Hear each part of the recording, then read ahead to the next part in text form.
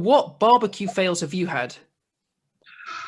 Oh, my biggest one, and my mum always reminds me of this. And if this was like an Instagram live thing, I could probably see her typing it as we speak. When I'm not telling you this is live. When I was about 15 years old, I'd just come back from done work experience at a hotel, and thought, okay, I can cook a little bit now. We were having a barbecue, so I went to my parents. Don't worry, I'll cook barbecue. And this was before smoking, just a kettle barbecue. Put the charcoal in, put some meat on. Happy days. So we used, the instant light charcoal bags. You just put the bag in, set light to it, there it goes. What I didn't think about was the fact that the coals obviously need time to calm down, so they're not as hot. Yeah. Everything. I didn't think about that being 15. I just thought, oh, that's hot. Put food on. Within about 30 seconds, everything I put on was just black and on fire. And my mum has never, ever let me forget that. And it was not a brilliant day because the whole dinner went on the barbecue and within 30 seconds it was on fire because the coals were that hot that everything just went. That's the I think that's kind of the association with British barbecue as well, isn't it? That we cook it so it's black on the outside, pink on the inside. Yeah. Obviously, that's not true, but no. And I think that's where people's perceptions of barbecue are changing. Like, I speak to a lot of people that don't necessarily do smoking, but they, instead of having a generic like kettle barbecue you buy from B&Q that you just lump some charcoal in, people are now doing research. They're buying Weber's, they're buying Kamado Joe's, they're buying Big Green Eggs. I think people's general knowledge about barbecue is improving, that it's not just, okay, we'll go to Tesco's, buy some burgers, hot dogs, and maybe some pork steaks, and just whack it on, oh, it's black, that's barbecue.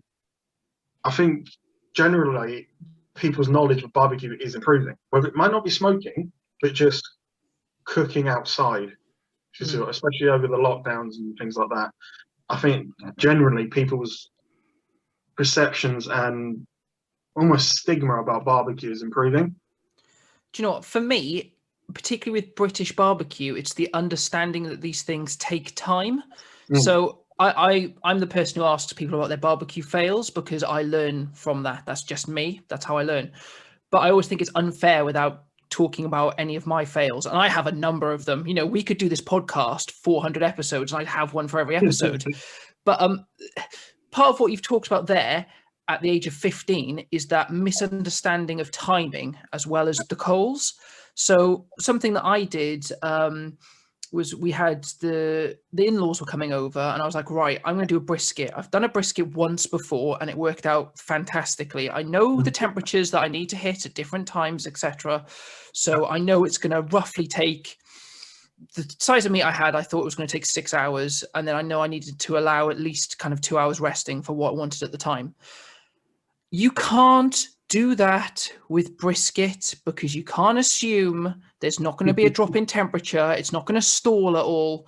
So they were coming over at midday. I started the cook at 5, thinking that I was giving myself plenty of time, and it needed another like hour and a half after they arrived. And then I had to also explain to them, I have to let this rest. I'm not being pedantic.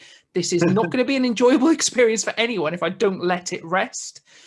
And that's also an issue when you're cooking for people who want the food ASAP. Yeah. Not everyone's like that. And to be fair to them, they were really nice about it at the time. And I cooked something else in the meantime. So we were fine and they were over for the whole day. But I hear about it occasionally. Of course I do. And it taught me so much about brisket as well. Again, those fails. You cannot think that one piece of meat that weighs the same as another is going to cook in the same amount of time in the same conditions. It's not true. No, I completely agree. Like I said, last week I smoked the whole chicken. When I've smoked chickens before, it usually takes around 4 hours. That chicken cooked in 2.5. So I went out to check it. I probed it. I was, bloody hell, you've done. Yeah. And this was like 3 o'clock in the afternoon. And I went, okay, I've got like another 3 hours before dinner. I'm like, bloody hell. So again, like you said, those timings, you think, okay, it's the same weight, going to take the same time. What can go wrong? Yeah. Yeah. Everything can go wrong.